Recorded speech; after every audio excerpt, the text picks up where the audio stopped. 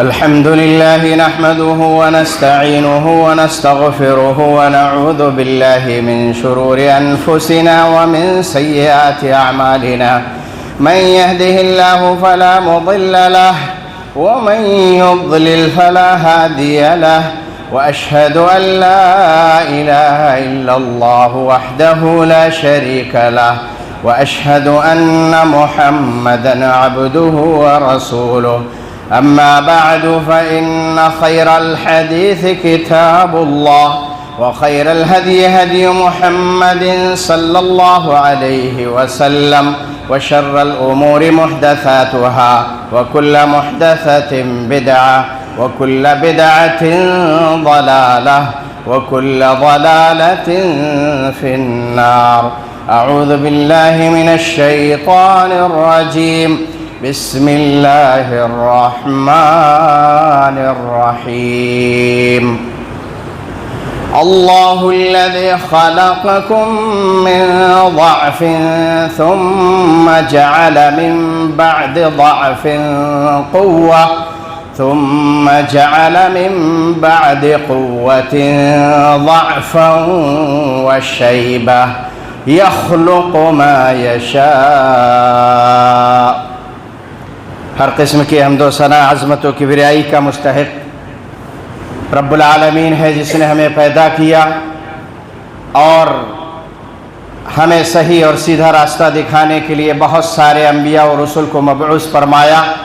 درود و سلام نازل ہوں تمام انبیاء و رسول پر، خصوصاً آخری نبی احمد مجتبی محمد مصطفیٰ صلی اللہ علیہ وسلم پر. اللہم صلی وسلم علی عبدک و رسولک محمد. قرآن مجید کی ایک آیت تلاوت کرنے کا شرف حاصل ہوا ہے. اللہ رب العالمین سے دعا ہے کہ الہ العالمین اسی آیت کی روشنی میں آپ تک حق اور صحیح بات پہنچانے اور ہمیں اور آپ کو اس پر زیادہ سے زیادہ عمل کرنے کی توفیق نصیب فرمائے.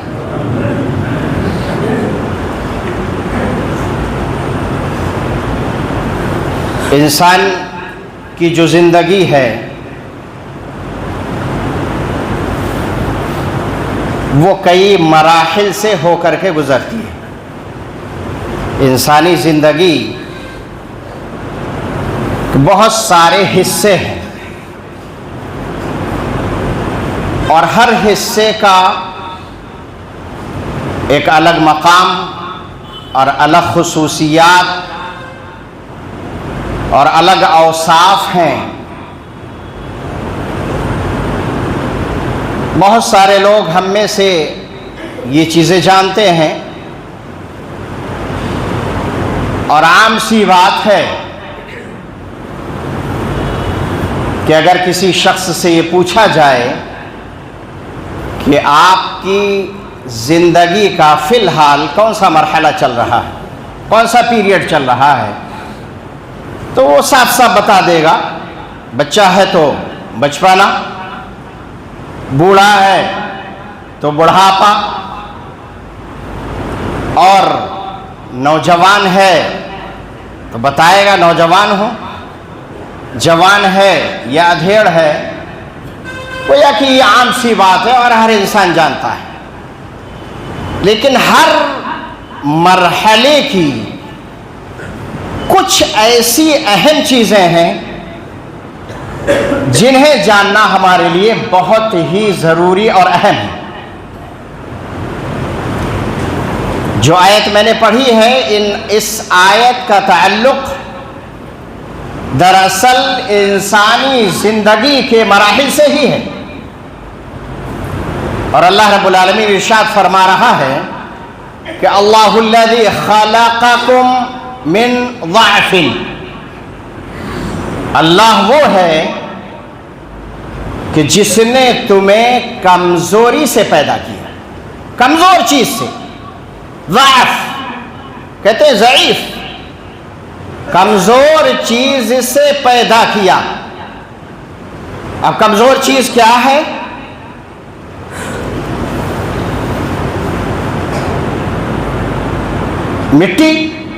مٹی سے پیدا کیا، یا ذلیل اور گھناؤ نے گندے پانی سے پیدا کیا. یہی ہے نا کہ منی کا قطرہ جو انسان کے جسم سے خارج ہوتا ہے، وہ قطرہ کہیں لگ جائے انسان کو گھن محسوس ہوتی، دھلنے کی کوشش کرتا ہے، دور بھاگتا ہے کہیں چپچپاہٹ نہ محسوس ہو. گویا کہ ایک گندے غلیظ گھناؤ نے کمزور پانی سے پیدا کیا. اور قرآن میں آیا ہے ماں مہین، کمزور پانی سے، ذلیل پانی سے پیدا کیا. اور مٹی کی کیا حیثیت ہے یہ بھی آپ کو پتا ہے. تو گویا کہ قرآن میں کہیں اللہ نے یہ کہا کہ مٹی سے پیدا کیا، قرآن میں کہیں یہ کہا کہ ذلیل پانی سے پیدا کیا، قرآن میں کہیں یہ کہا کہ ہم نے تمہیں نطفے سے پیدا کیا، قرآن میں کہیں یہ کہا کہ ہم نے تمہیں منی سے پیدا کیا. ساری چیزیں الگ الگ نہیں ہیں، ساری چیزیں ایک ہے.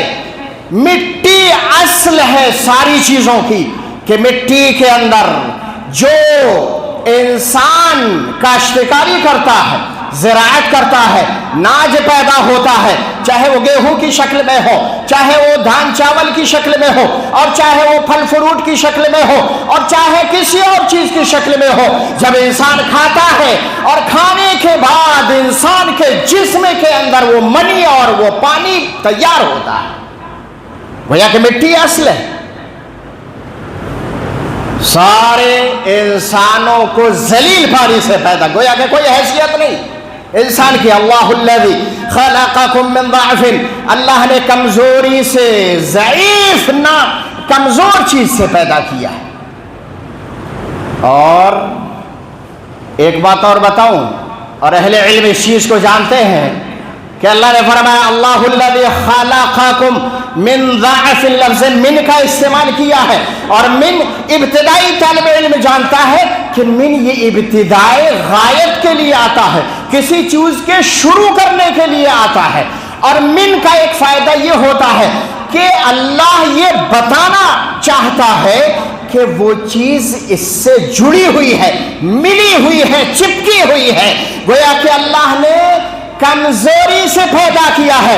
انسان کی پیدائش کمزور چیز سے جڑی ہوئی ہے، اس کمزور چیز سے پیدا ہوا ہے جو ہمیشہ لگی ہوئی ہے اس کے ساتھ. ایسا نہیں ہے پیدا کر دیا بعد میں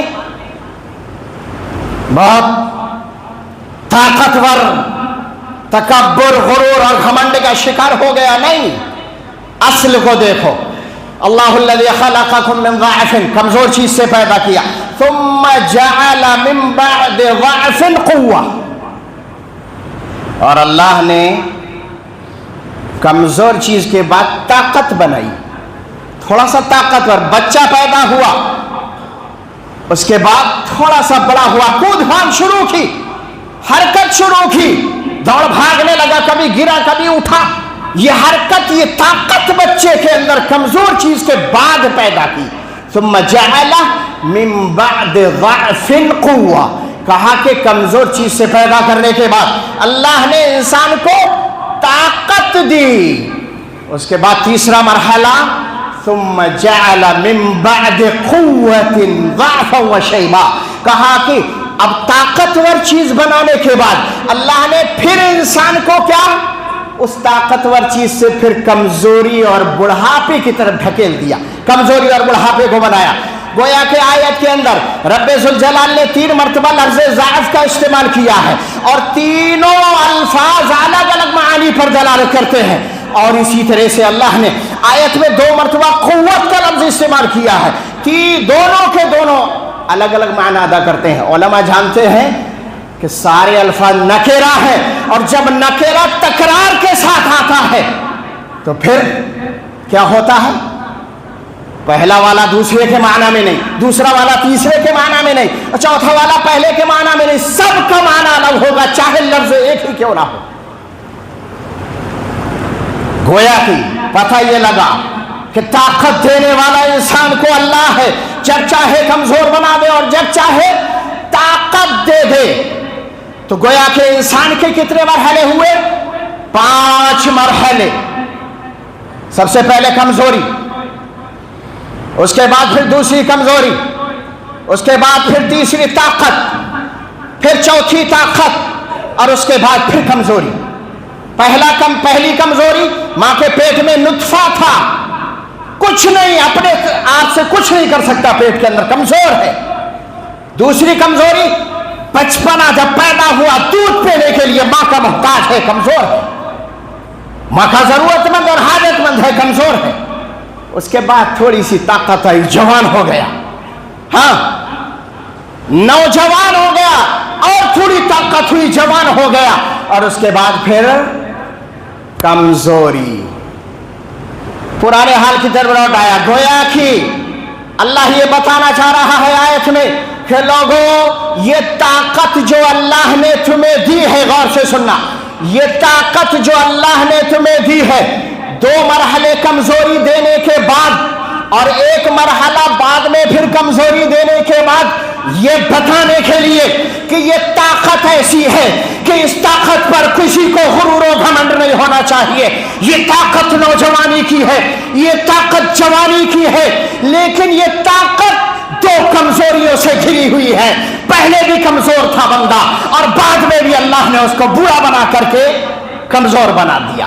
دونوں طرف سے کمزوری ہے، پہلے بھی ابتدا بھی کمزور، آخر بھی کمزور، انتہا بھی کمزور، شروعات بھی کمزور۔ یہ بتانے کے لیے کہ اگر انسان کو پورا کا پورا طاقتور بنا دیتا تو یہ ظالم ہو جاتا، یہ باغی ہو جاتا، یہ رب کا دشمن بن جاتا، لوگوں کو دنیا میں جینے نہ دیتا۔ لیکن اللہ نے دونوں چیزیں دی، کمزوری بھی دی، طاقت دی، اور اس کے بعد پھر کمزور کر دیا کہ دیکھو یہ طاقت تمہاری ہمیشہ رہنے والی نہیں ہے، بلکہ یہ اللہ کی طرف سے جب چاہے تمہیں کمزور کر دے اور جب چاہے تمہیں طاقت دے دے۔ اب ان مرحلوں میں، ان پیریڈز میں سب سے اچھا مرحلہ کون سا ہے؟ سب سے پیارا مرحلہ، ہر آدمی یہی کہے گا، نوجوانی کا۔ کس کا؟ نوجوانی کا۔ اور بات بھی صحیح ہے، نوجوان ایسے انسان کو کہا جاتا ہے جو انسان طاقتور طبیعت کا مالک ہو، بردبار ہو، مضبوط حوصلے اور اخلاق کا مالک ہو، اچھے کردار کا مالک ہو، ہڈیوں میں دم ہو، ایسے آدمی کو نوجوان کہا جاتا ہے۔ تو گویا کہ نوجوانی یہ اللہ کی طرف سے عظیم نعمت ہے، جس کو یہ نوجوانی ملی قدر کرے، اور اس نوجوانی کو اگر ذکر اللہ کے لیے اچھے اخلاق سے متصف کر لے، اپنے آپ کو دین پر چلا لے، تو یہ نوجوانی میں مزید 4 چاند لگ جاتے ہیں۔ لیکن اگر اسی نوجوانی کو موبائلوں میں خرچ کرنے لگے، نوجوانی کو چغل خوری کے اڈے لگانے میں خرچ کرنے لگے، نوجوانی کو ادھر ادھر گپا کرنے میں برباد کرنے لگے، نوجوانی کو ٹی ویوں میں گزارے، نوجوانی کو ایپیسوڈ دیکھنے میں گزارے، نوجوانی کو کرکٹ جیسے کھیل کے اندر جوئے بازی میں پیسے لگا کر کے گزارے، نوجوانی کو کھیل کے نشے میں انسان برباد کر لے، اور یہودیوں کی جو چیزیں بنائی ہوئی ہیں ان میں اپنے آپ کو لپیٹ لے اور ان چیزوں میں رچا بچا لے، تو یہ نوجوانی گندی نوجوانی، کمزور نوجوانی۔ امام سیوطی رحمت اللہ علیہ فرماتے ہیں کہ الشباب شعبۃ من الجنون، الشباب شعبۃ من الجنون، کہا کہ یہ نوجوانی یہ پاگل پن کا ایک حصہ ہے، دیوانگی کا ایک حصہ ہے۔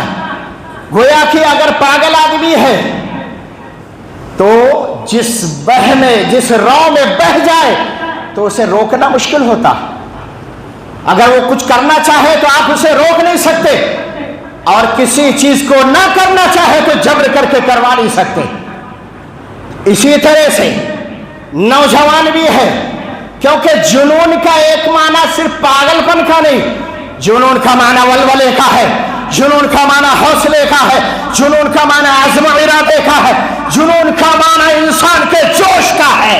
لہذا جوانی اور نوجوانی یہ انسان کا ایسا جوش ہے کہ اگر چاہے تو تاریخ کو پلٹ کر کے رکھ دے، ہواؤں کے رخ کو موڑ کر کے رکھ دے، دنیا میں انقلاب برپا کر دے، کائنات میں اگر چاہے اور بیکار ہو جائے تو پھر لوگ ضلالت و گمراہی کا ہرگز شکار نہ ہو۔ لیکن نوجوان کو جاگنا ہوگا، نوجوانی کا صحیح استعمال کرنا ہوگا۔ آج ہم نے نوجوانوں کو دیکھا، وہ صحابہ نوجوان تھے جنہوں نے جنگیں لڑی، صحابہ نے جہاد کیا، صحابہ نے فتنوں کا مقابلہ کیا، صحابہ نے غلط فکر کی لڑائی لڑی اور ان کو رد کیا۔ وہ صحابہ تھے جنہوں نے اپنی نوجوانی کو رب کے لیے قربان کر دیا، وہ صحابہ تھے جنہوں نے دین کے لیے اپنے آپ کو وقف کیا۔ نوجوان تھے، مصعب بن عمیر نوجوان تھے، معاذ بن جبل نوجوان تھے، حضرت حمزہ نوجوان تھے، اسامہ بن زید نوجوان تھے۔ ان نوجوانوں کو نبی نے تبلیغ کے لیے اور دعوت کے لیے بھیجا تھا۔ کیوں؟ بھروسہ تھا، اس لیے کہ نوجوان کے خواب بڑے اونچے ہوتے ہیں، نوجوان کا حوصلہ بڑا زبردست ہوتا ہے، نوجوان کا جذبہ بڑا طاقتور ہوتا ہے، نوجوان کی طاقت بڑے بڑے پہاڑوں کو ریزہ ریزہ کر سکتی ہے۔ کل آزادی کا دن ہے۔ کیسے ملی آزادی یہ ہندوستان کو انگریزوں سے؟ نوجوان علماء نے حصہ لیا، قربانیاں دی، جنگیں لڑی، مقابلہ کیا، اور ہندوستان اپنے ملک کی حفاظت کے لیے یہ نہیں دیکھا کہ سامنے کون ہے، اگر ظالم ہے تو مقابلے کے لیے نکل گئے۔ علماء صادق پور پٹنہ کے علماء، بنگال کے علماء اور ہندوستان کے بڑے بڑے اہل حدیث علماء نے جرنیل بن کر کے ان کا مقابلہ کیا ہے۔ فسفسے نوجوان ہوتے مقابلے نہیں کر سکتے تھے، ہمارے جیسے نوجوان ہوتے ایک انگلی میں اگر زخم ہو جائے تو ایک ہفتہ ہم بستر سے نہیں اٹھتے، کمر میں ہلکا سا درد ہو جائے تو مسجد میں ہم نہیں آ سکتے۔ یہ ہماری حالت ہے، کیوں؟ اس لیے نوجوانی کی ہم نے قدر نہیں کی، نوجوانی کا جو مرحلہ ہے اس کی اہمیت کو نہیں سمجھا۔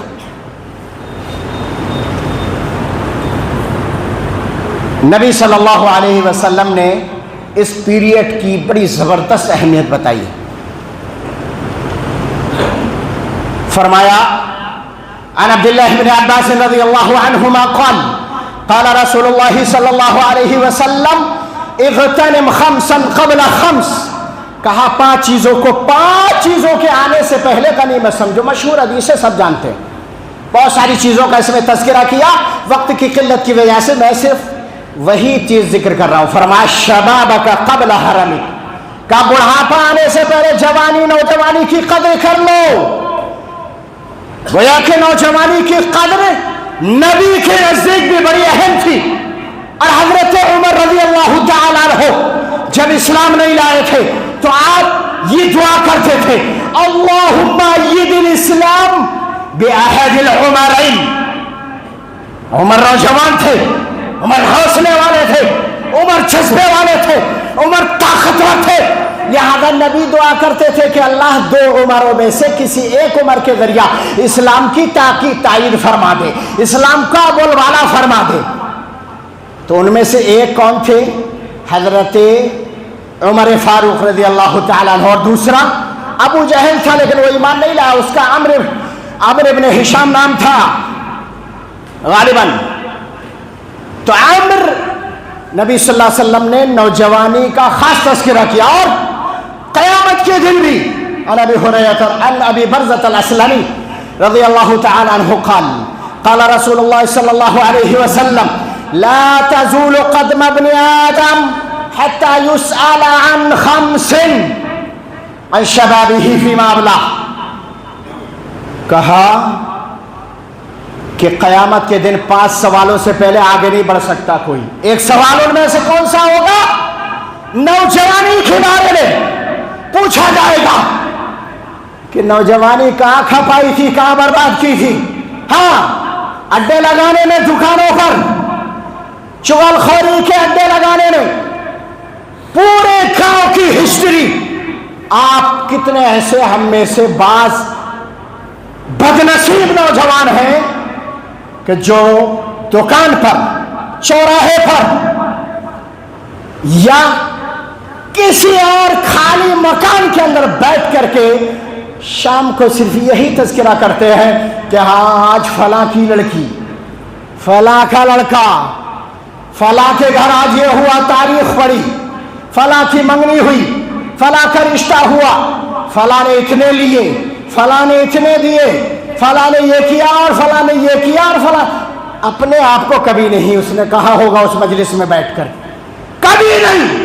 اور یہ مجلس آج بھی قائم ہوتی ہے اور ہماری بدولت آباد ہے. ہم میں سے کتنے نوجوان ہیں جو ان مجلسوں کی زینت بنتے ہیں اور ایسے بدزبانوں کے ساتھ جا کر کے شریک ہوتے ہیں, مزے لیتے ہیں.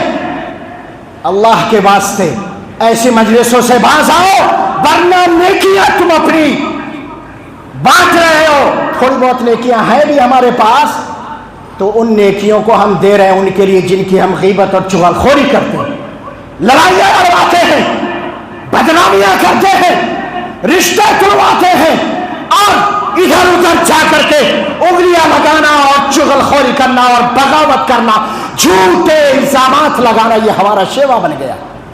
اس میں گزر رہی ہے ہماری نوجوانیاں. اور کس میں گزر رہی ہے؟ کھیل کے جوئے میں. اٹھایا بیٹھ, چل دیے کہاں؟ جوکھن پور سے دور, اور پیسے لگائے. ایک نے 1500 لگائے, میں کہاں کمزور ہوں بھائی, میری طرف سے 3000.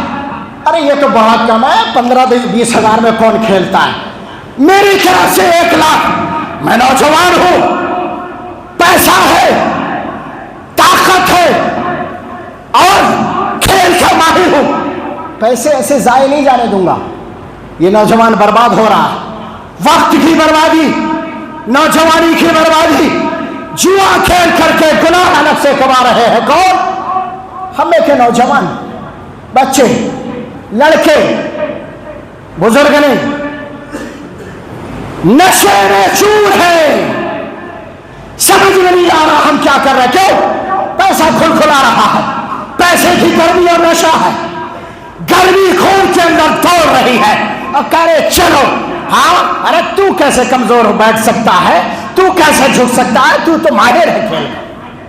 جوا کھیل رہے ہیں. اور ایک دن کی بات نہیں ہے, یہ اکثر دن ہمارے ایسے ہی جا رہے ہیں. کوئی موبائل میں جوا کھیلتا, کوئی بیٹ سے جوا کھیل رہا, اور کوئی لیڈو سے جوا کھیل رہا, کوئی شطرنج کھیل رہا, اور یہاں تک کہ لوگ اپنی بیویوں کی تک بازیاں لگا دیتے ہیں. اللہ اکبر. اللہ ہمیں ہدایت دے. ہوش میں آنے کی ضرورت ہے. نوجوانی کا فترہ معمولی فترہ نہیں ہے, اس کی قدر کرو. عن عبداللہ بن عباس رضی اللہ تعالی عنہما قال ما بعث اللہ نبیا الا وهو شاب ولا اوتی العلم عالما الا وهو شاب. کہا کہ جوانی کی حالت میں ہی سب کچھ دیا جاتا ہے. علم ملتا ہے جوانی کی حالت میں, بردباری آتی ہے جوانی کی حالت میں, عقل مندی آتی ہے جوانی کی حالت میں. نبی جوانی کی حالت میں, عمر جوانی کی حالت میں بنایا گیا. کوئی بھی نبی جب تک جوان نہیں ہو اس وقت تک نبوت نہ ملی. اور عالم کو علم تبھی دیا جاتا ہے جب وہ نوجوان ہوتا ہے, دماغ مضبوط, عقل مضبوط, کام کی طاقت مضبوط اور سوچنے سمجھنے کی قوت مضبوط ہوتی ہے, تو یاد کرنے میں, سمجھنے میں بڑی آسانی ہوتی ہے. اللہ اکبر. غور کیجئے مسلمانوں, لہذا نوجوانی کا یہ مرحلہ بڑا قیمتی ہے. اس مرحلے میں ہمیں اللہ سے اپنا تعلق مضبوط کرنا چاہیے, غیروں کی تقلید نہیں کرنا چاہیے.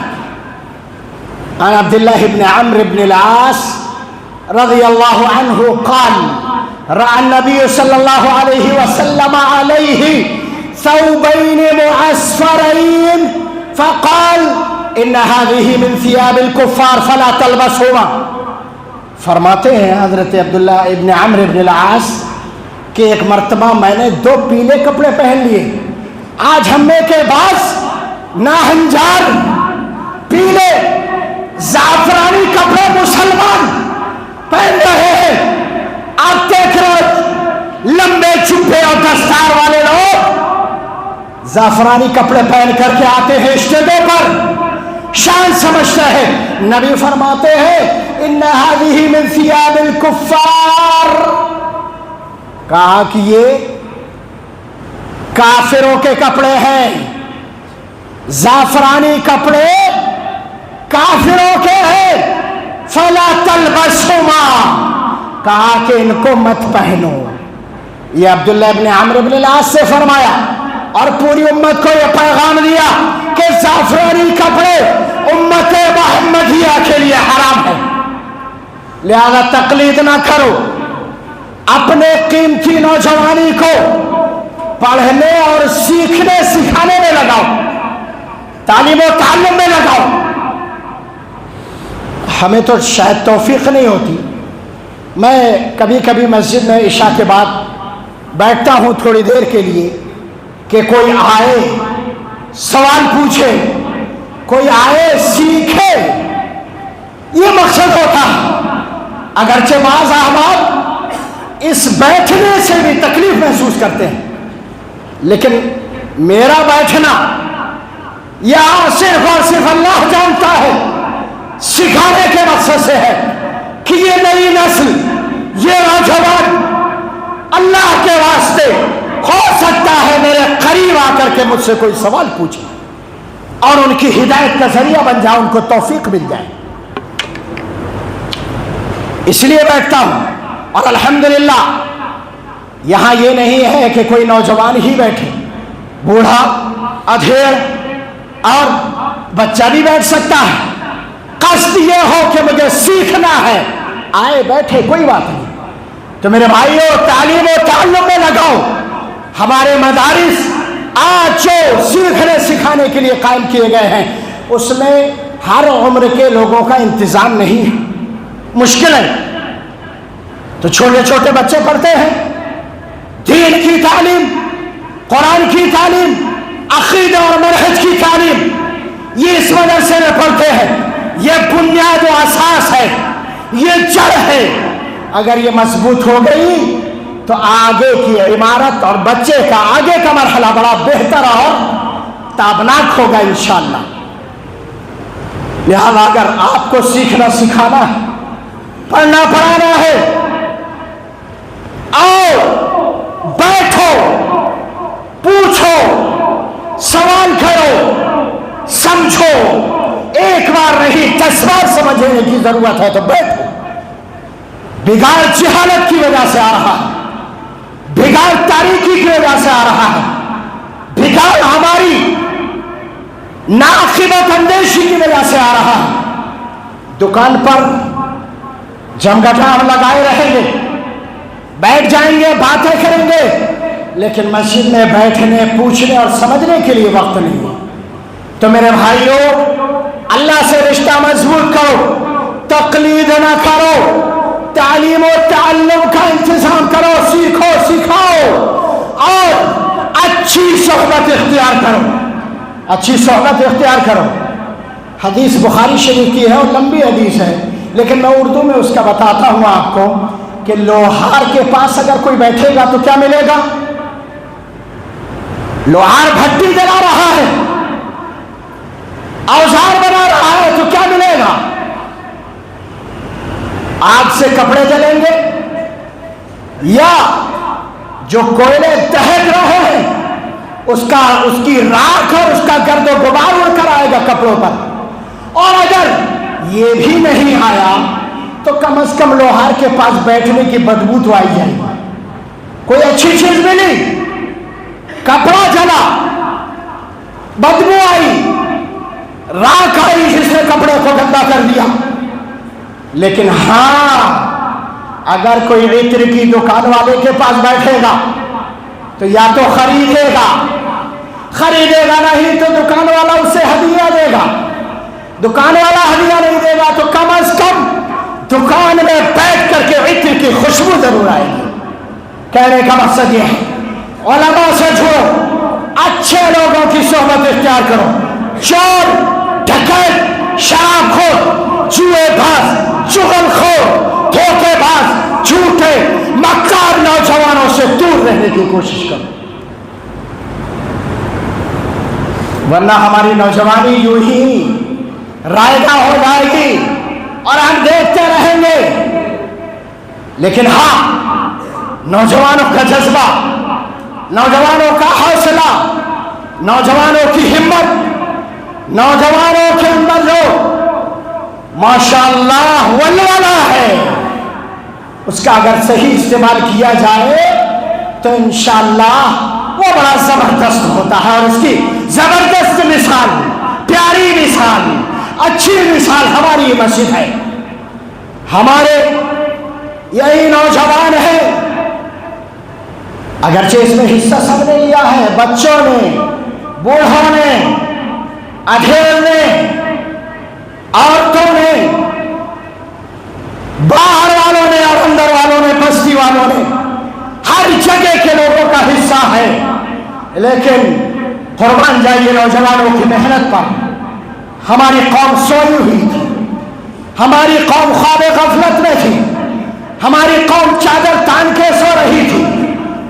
45 سال اس مسجد کو بنے ہوئے ہو گئے تقریباً، لیکن کوئی خاطر خواہ کام ہونا چاہیے جس طرح اس طرح نہیں ہو سکا. ہوا ٹائل لگ گئی اور ٹین پڑ گئی اور بھی بہت سارے چھوٹے موٹے کام ہوئے، لیکن ایک بڑا کام جو نمایاں ہو، جو قوم کے نمایاں کرے، وہ بڑا کام الحمدللہ ثم الحمدللہ ان نوجوانوں کی، ان ہماری جماعت کی، ہماری ماں اور بہنوں کی قربانیاں ہیں. ان کا جذبہ اور حوصلہ ہے کہ وہ بڑھے. ایک چنگاری چھوٹی سی لے کر کے چلے، چراغ لے کر کے چلے، اور وہ چراغ آج سے بڑا نور بن گیا جو ہمارے سامنے دوسری منزل مسجد کی شکل میں موجود ہے. اللہ اکبر. ہمارے نوجوانوں نے محنت بہت کی ہے، قربانی دی ہے، پیسے اکٹھا کرنا، رسید لے کر کے گھومے ہیں، مسجد میں بیٹھ کر کے اپنا وقت لیا ہے، بارش نہیں دیکھی ہے، ریت بنا کر کے چھت پر پہنچایا ہے، وقت کی قربانی دی ہے، اور وقت پر اینٹ، ریتا، سریا اور ہر ضروری چیز کا انتظام کیا ہے. حتیٰ کہ بچوں نے بھی حصہ لیا ہے، چھوٹے چھوٹے ننھے منھے بچوں کے جذبے کو سلام. اللہ ان کی عمر میں برکت عطا فرمائے، اللہ ان کو نیک اور دین کا خادم بنائے. تو میرے بھائیوں، ان نوجوانوں نے کسی نے حصہ لیا کیسے؟ پائپ لے کر کے تری کر دی. کسی نے حصہ لیا کیسے؟ ریت پہنچا دیا اوپر. کسی نے سریا کے ساتھ تعاون کیا، کسی نے کچھ کیا اور کسی نے کچھ کیا. کسی کو بدلے میں پیسے تو نہیں ملے، ہاں، متولی صاحب کو یا دوسرے جو ہمارے نوجوان احباب ہیں، کسی کو پیسے ملے ہیں؟ نہیں، پیسے کی لیے نہیں کیا ہے. یہ کام ہم نے اپنے رب اور اللہ کی رضا کے لیے کیا ہے، اس لیے پیسے نہیں ملے اور پیسے ہمیں چاہیے بھی نہیں. ہمیں رب کا گھر بن جائے، رب کے گھر کی تعمیر ہو جائے، یہ جذبہ تھا. اور یہاں تک کہ بعض احباب نے کھانا بھی کھلایا ہے. اللہ اکبر. جس دن لنٹر پڑا، بیٹھ کر کے یہاں لوگوں نے مائک سے چندہ وصول کیا اور اس کے بعد کھانا بھی کھلایا. اور جب بارش آئی، دیکھنے کا لائق منظر تھا کہ ہمارے نوجوان یہ وہی سب ہے جنہوں نے مسجد کے لیے جو بھی ضرورت پڑی اوپر پہنچایا اور اس کے بعد ریت کو بچھایا گیا. اللہ اکبر. تو میں یہی کہنا چاہ رہا تھا کہ نوجوانی اگر صحیح جگہ لگ جائے تو واقعی یہ نوجوانی ہے، لیکن اگر غلط جگہ لگ جائے تو پھر ہماری قسمت میں بربادی کے علاوہ کچھ بھی نہیں ہے۔ تو میرے بھائیوں، اس نوجوانی کا صحیح استعمال کرو، جوئے سے بچو، رب کے لیے اپنے آپ کو وقف کرو، رب سے چھوڑو، اچھی صحبت اختیار کرو۔ کیوں؟ نتیجہ اس کا یہ ہے، نبی صلی اللہ علیہ وسلم نے ارشاد فرمایا، اور میں نے اس حدیث کو پہلے بھی ذکر کیا تھا کہ جنت میں کون لوگ داخل ہوں گے؟ کون؟ نوجوان۔ کاکی يدخل الجنة شباب مرد كحل لا يفنى شبابهم ولا تبلى ثيابهم وهم ابناء 33۔ فرماتے نبی صلی اللہ علیہ وسلم کہ جنت میں نوجوان داخل ہوں گے، کیسے؟ سرمدی آنکھوں کے ساتھ، سرمدی آنکھیں پہ کر کے جنت میں داخل ہوں گے، اور کپڑے ان کے نئے ہوں گے، اور جوانی چمکتی ہوگی، جوانی ختم نہیں ہوگی، اور ان کی عمریں کتنی ہوں گی؟ 33 سال کے آس پاس۔ اب بزرگ ابھی پکڑ لیں گے مسجد کے دروازے پر کہ مولانا جوان جنت میں جائیں گے، بوڑھے کہاں جائیں گے؟ بیچارے مسجدیں آباد کرتے ہیں، نمازیں پڑھ رہے ہیں، اللہ کے لیے وقت لگا رہے ہیں، وہ کہاں جائیں گے؟ تو آپ کو ڈرنے کی ضرورت نہیں، خوف کھانے کی ضرورت نہیں، غم کی ضرورت نہیں ہے، بلکہ بوڑھے لوگ بھی اللہ 33 سال کے آس پاس عمر بنا کر کے انہیں جنت میں داخل کریں گے، نوجوان بنا کر۔ کیوں؟ نوجوانی پیاری ہے، نوجوانی اچھی ہے، نوجوانی عمدہ ہے اور سب کو پسند ہے۔ لہذا میرے بھائیوں، آج نوجوانی ہے، قدر کر لے، اور نیک کام جوانی کرنے کا موقع ملے، بغیر کسی چون و چھڑا کے اپنا سر تسلیم خم کر دیں، اور اس نیک کام کے لیے ہمیشہ تیار رہیں۔ ایک مسجد اور جو بن رہی ہے اور بیچ میں رک گئی، اللہ سے ہم ان کے لیے بھی دعا کرتے ہیں کہ اللہ ہماری اس مسجد کو بھی جلد از جلد تعمیر کروا دے، اس کی تعمیر کے مراحل آسان فرما دے، اور ہمارے اندر اس مسجد کی تعمیر کے لیے بھی حوصلہ اور جذبہ پیدا فرمائے۔ یہ سارے اللہ کے گھر ہیں، یہ میری اور آپ کی نہیں ہے، یہ سب کی ہے، اور سب کے سب اللہ کی طرف سے انشاءاللہ اس کا اجر اور ثواب ضرور پائیں گے۔ اور وہ اجر کتنا ہوگا، کیسا ہوگا، یہ رب جانتا ہے۔ اور آپ نے حدیثیں سنی ہے کہ جنت میں اگر گھر بنوانا ہے تو مسجد کی تعمیر میں حصہ لو اور مسجد بناؤ، یہ حدیث صحیح ہے۔ تو تعمیر کرو مسجد کی، اس کو اکھاڑنے کی، توڑنے کی اور اسے برباد کرنے کی کوشش نہ کرو۔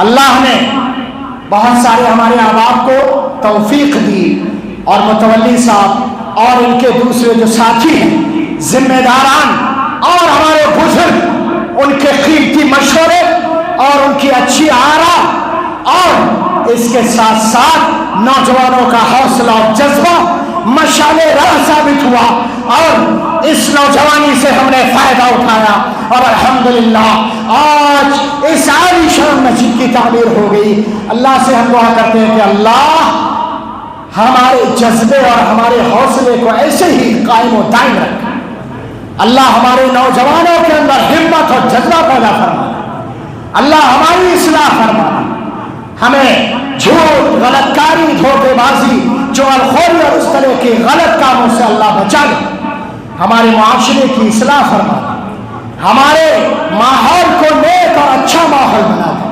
ہمارے گھروں کے اندر روشنی جلا دے، الہ العالمین ہمیں دین سے محبت کرنے والا بنا دے، الہ العالمین ہم نے جو بھی خدمت کی ہے اللہ ہماری اس خدمت کو قبول فرما لے۔ ہم نے محنت کی ہے، ہم نے پیسے اکٹھا کیے، وقت دیا، اے اللہ اس محنت کو ہمارے جو بھی ہے، چھوٹی ہے یا بڑی ہے، اس کو قبول فرما لے اور ہم سب کو جنت الفردوس میں اس کا بدلہ عطا فرما لے۔